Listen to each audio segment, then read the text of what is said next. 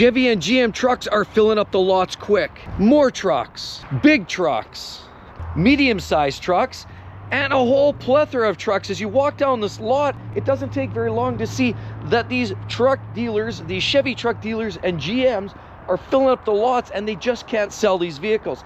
They can't sell the SUVs, they can't sell the pickup trucks. What is going on? First of all, we can't ignore the obvious, which part of it is a problem related to price. Customers are mad. I've talked to so many people that wanted to buy a new truck, and they look at some of these new wheels here, and then they actually take the time to call in about it, check the sticker on the window, and realize they can't afford it. It's way too expensive. I mean, look at this truck right here. We have a nice little GMC, and this is an Elevation edition, has the 5.3 liter V8 engine. This is basically a lower level truck. I look inside, yeah, it has cloth seats. There's no sunroof up there. It's a very basic looking rig. It's a pretty truck, but no less. Even with 4x4, it's just not worth the money they're asking. Why?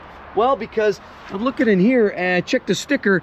This is a 24 Sierra 1500 Crew, 4-wheel drive, and they're actually asking $72,000, 224. $72,000 for a base pickup truck. I know somebody who bought an Elevation edition 5 years ago, and they paid barely 40 grand. We've almost doubled the price of an Elevation. He's even got the same engine, and the truck doesn't look that much different. So what else? Over here we have another one. This is a GMC. And of course, as we look down the side, this is a 6.2. So you pay a little more money for the 6.2, obviously, as you probably would expect. We're talking about a Sierra right there. As you notice, pretty clean. Yeah, you do get some nice upgrades. You got some chrome handles, easy access in. Yeah, it's a beautiful truck. This one is 4x4 as well, with a little step bar on the bottom. And yeah, you do get alloy wheels and the like. But how much is this rig here? Well, we look at this, and they were at $81,000, 81 grand for this vehicle, which is a 2400 or a 2024 1500 SLT. So that's just a larger engine of the two, and basically it's still a half ton for $81,000. What else is getting out of hand? And over here we have another one. This is a little ZZ1 or Z71.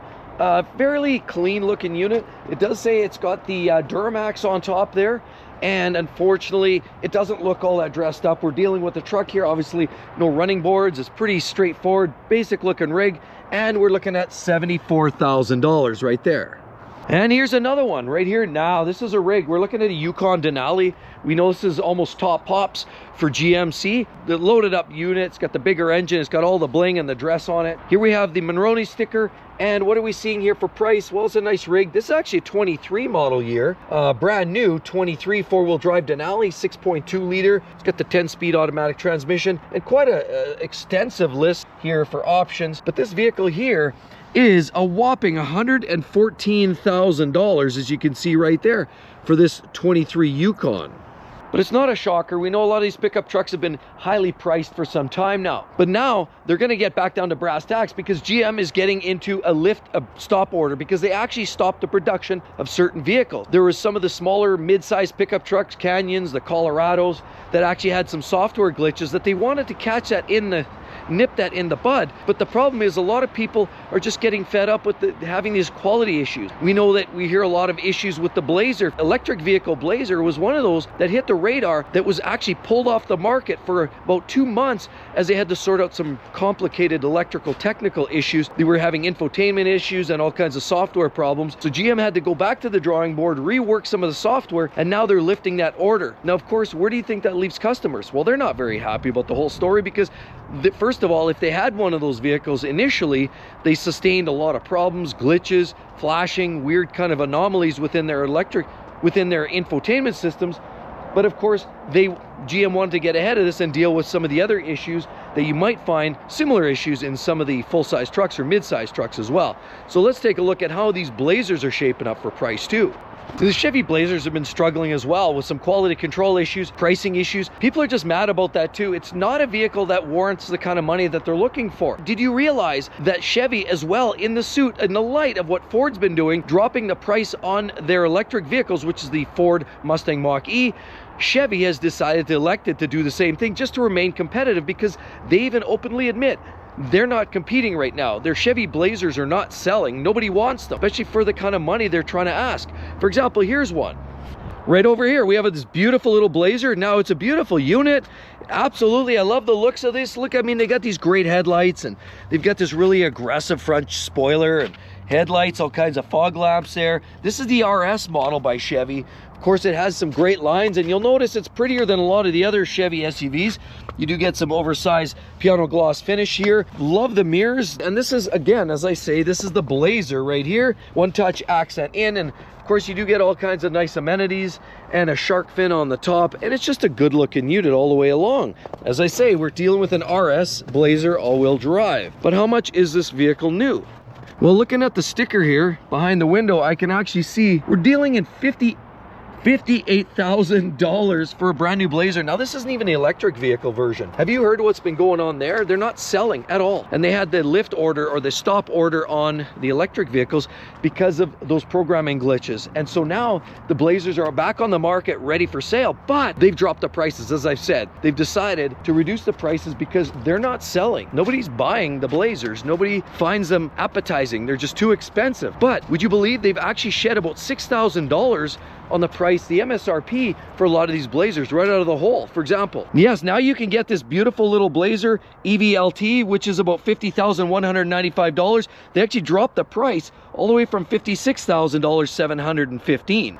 And over here, we're talking about the RS, which we spoke of already. The all-wheel drive version like this is about $54,595, all the way down from 60 grand. And even the RS rear-wheel drive version, rear-wheel only, you can actually get now for 56 grand and change, all the way down from 61,800. And look at all these trucks. There are trucks everywhere.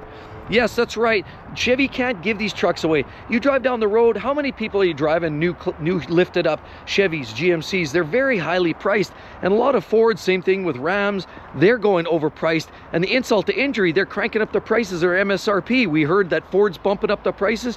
We know that Rams already advertised bumping up prices, quickly retracted due to some customers squawking and chirping, but they ended up deciding to scale back a little bit, but they're still overall giving you that K factor, increasing the prices of their new vehicles. Same thing with Chevy and GM, and that is a sad state of affairs. Now you couple the quality control with the stop orders, of course, reprogramming of all kinds of software. We know there's quality control issues as well with GMs. The 5.2s and the 6.2s have their own issues with lifters and rocker problems, and the 8-speed automatic transmissions that have been a problem from time to time. There have been issues, and GM is not exempt from some of those problems. Now, GM's a beautiful truck. They make some gorgeous rides, and they ride nicely. It's so basically a Cadillac with a pickup box. But at the end of the day, they're not selling enough anyway. They're not selling enough to satisfy the intent of what the manufacturer's trying to push these out to market. People just aren't buying them. They're not satisfied. Prices are too high, quality control's too low. And on top of that, we have a situation where the competition is stiff all the way around. People don't have the money. They're not spending like they did 2 years ago. We don't have the government handouts anymore, and people just aren't spending. Now, while sure, there's a $7,500 federal credit that some people are trying to justify the purchase of some of these new EVs, these Blazer EVs, but even the $7,500 credit from the government isn't quite enough to make it all happen. People still have to spend the money. Sure, you spend me now, pay me later. That's part of the game. But at the end of the day, people just don't have that kind of funds. This is the constant storyline that we're hearing. I even wish I could afford a new vehicle or even something used.